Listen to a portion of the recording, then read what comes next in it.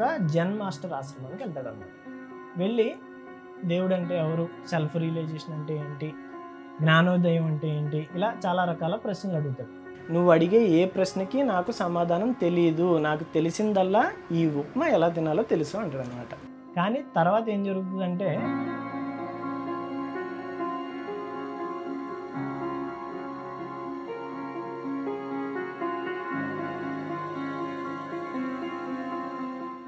Hi friends, సమయం తెలుగు ఛానల్కి స్వాగతం. నా పేరు మురళి. ప్రతి వారంలానే ఈ వారం ఇంకొక స్టోరీతో మీ ముందుకు వచ్చా. చాలా సింపుల్ స్టోరీ, బ్యూటిఫుల్గా ఉంటుంది స్టోరీ అయితే.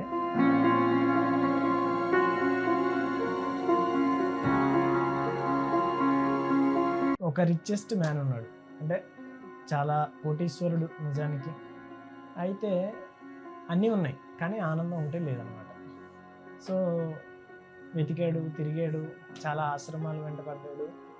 చివరికి జపాన్ వెళ్తాడు అన్నమాట. జపాన్ వెళ్తే అక్కడ జెన్ మాస్టర్స్ ఉంటారు. జెన్ మాస్టర్స్ అంటే పెద్దగా ఆలోచించాల్సిన అవసరం కూడా లేదు. చాలా ప్రశాంతంగా సహజంగా జీవించే ఒక జీవన విధానాన్ని జెన్ అంటారు. ఆ మాస్టర్ అనమాట.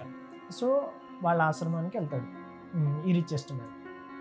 సో వెళ్ళిన తర్వాత ఒకటే ప్రశ్న అడుగుతాడు వెళ్ళి, దేవుడు ఉన్నాడా లేడా, ప్రశాంతంగా ఉండడం ఎలా, అసలు సెల్ఫ్ రియలైజేషన్ అంటే ఏంటి, ఎన్లైటన్మెంట్ అంటే ఏంటి, టక 4-5 క్వశ్చన్స్ అడుగుతాడు.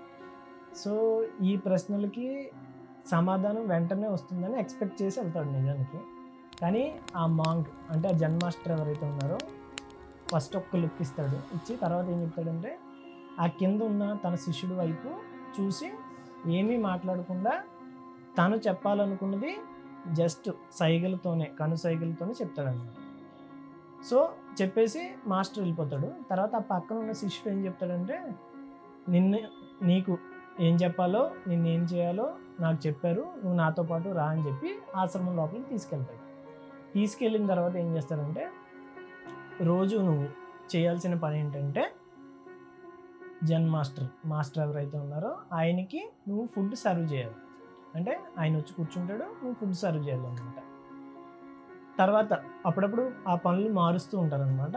నెక్స్ట్ ఇంకొకసారి తోటమాలి పని ఇస్తారు. అంటే ఈ మొక్కలకి వాటికి గార్డెన్లో ఉన్న మొక్కలకి నీళ్లు పోయడము, పిచ్చి మొక్కలు అవి తీయడం, ఇలాంటివి అనమాట. ఇంకొక రోజు కిచెన్లో కూరగాయలన్నీ కట్ చేసి ఇవ్వడం, ఇలాంటి పనులు అనమాట. ఇవన్నీ చేయిస్తారు. ఇలా చేస్తూ చేస్తూ చేస్తూ ఒక 3 వారాలు అవుతుంది. అయితే ఈయనకి బాగా ఆస్తులు ఉన్నాయి, అన్నీ ఉన్నాయి కదా, డబ్బు ఉంది.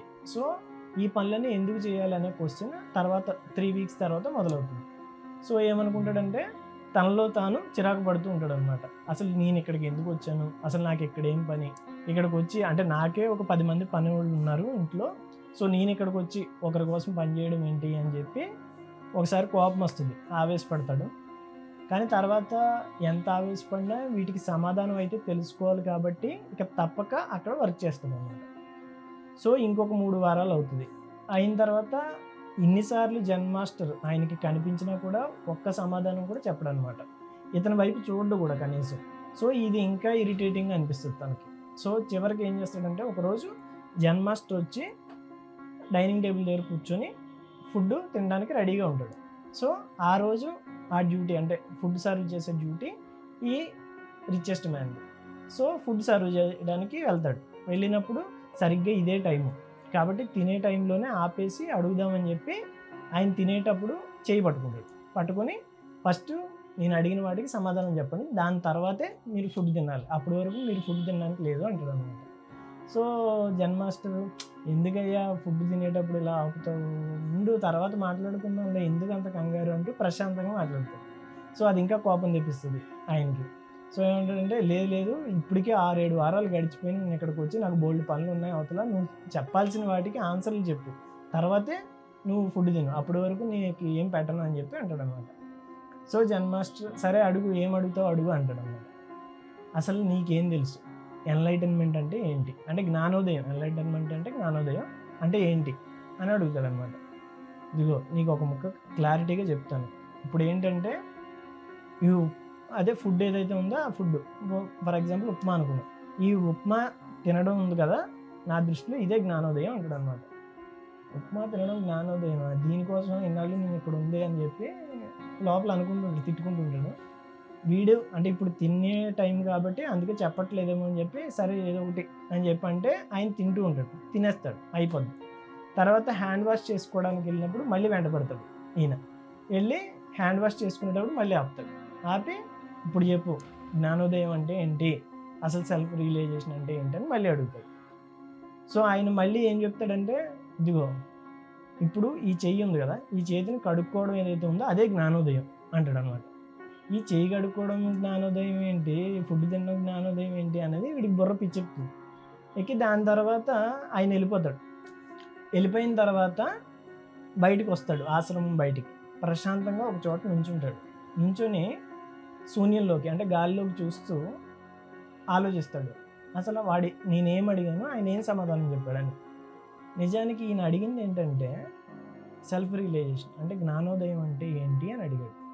నిజానికి జ్ఞానోదయం అంటే ఏంటి అర్థం అంటే దానికి చాలానే అర్థాలు ఉన్నాయి. అంటే డిక్షనరీలోను, బుక్స్లోను, ఎవరి పరిభాషలో వాళ్ళకి చాలానే అర్థాలు ఉన్నాయి. అయితే నిజానికి జ్ఞానోదయం అంటే ఏంటి అంటే ప్రస్తుతం ఏ పని అయితే చేస్తున్నావో ఆ పనిలో నువ్వు ఎలాంటి వేరే ఆలోచనలు లేకుండా అక్కడే ఉండి చేసే ఏ పనైనా జ్ఞానోదయంతో సమానం అని దాని అర్థం అనమాట. అంటే ఏంటంటే ఇక్కడ ఫర్ ఎగ్జాంపుల్ ఉప్మా తింటున్నాడు మాస్టర్, ఆ ఉప్మా గురించి తప్ప ఇక వేరే ఆలోచన ఏం లేదు. తర్వాత ఉప్మా తినడం అయిపోయింది, ఉప్మా తిన్న తర్వాత చేతులు కడుక్కున్నాడు, చేతులు కడుక్కోవడాన్ని మించి వేరే పని గురించి ఏది ఆలోచించట్లేదు. సో తన మనసు అక్కడే ఉంది. సో అది అయిపోయిన తర్వాత నెక్స్ట్ ఏంటి, ఆ పని మాత్రమే చేస్తాడు. అంటే ఏంటంటే ఒక పని చేస్తున్నప్పుడు అక్కడ మన మనసు, శరీరము, మన కాన్షియస్ అంటే చైతన్యం, ఈ మూడు ఎప్పుడైతే కలిసి పనిచేస్తాయో అక్కడ మిగిలిన వాళ్ళతో పోలిస్తే పని అద్భుతంగా జరుగుతుంది అనమాట. సో నిజానికి అదే జ్ఞానోదయం అన్నది మాస్టర్ చెప్పాలనుకున్న విషయం అనమాట. సో ఈ స్టోరీ ద్వారా నేను కూడా మీకు చెప్పాలనుకుంటున్న విషయం ఏంటంటే, సినిమా చూస్తున్నప్పుడు సినిమా మాత్రమే మనం చూస్తాం, నిజానికి వేరే దేని గురించి ఆలోచించం. ఎందుకంటే అక్కడ సినిమా పట్ల మనకి ఒక ఆసక్తి, ఇంట్రెస్ట్ ఉంది. కానీ ఇప్పుడు చదువుతున్నాం ఫర్ ఎగ్జాంపుల్, లేదా ఇంకొకటి ఏదో వర్క్ చేస్తున్నాం, అప్పుడు మాత్రం మనసు ఎటో వెళ్ళిపోతుంది, కానీ వర్క్ మాత్రం ఏదో చేయాలి కాబట్టి చేస్తాం అన్నట్టుగా జరుగుతుంది అన్నమాట. కానీ నిజానికి మనసు, శరీరము, బుద్ధి, కాన్షియస్, చైతన్యం, ఈ మూడు కలిసి ఏ పని చేసినా అది చెత్త ఏరడం దగ్గర నుంచి గిన్నెలు తోమడం వరకు అది ఏ పని అయినా సరే ఒక పెయింటింగ్లా జరుగుతుంది అన్నమాట.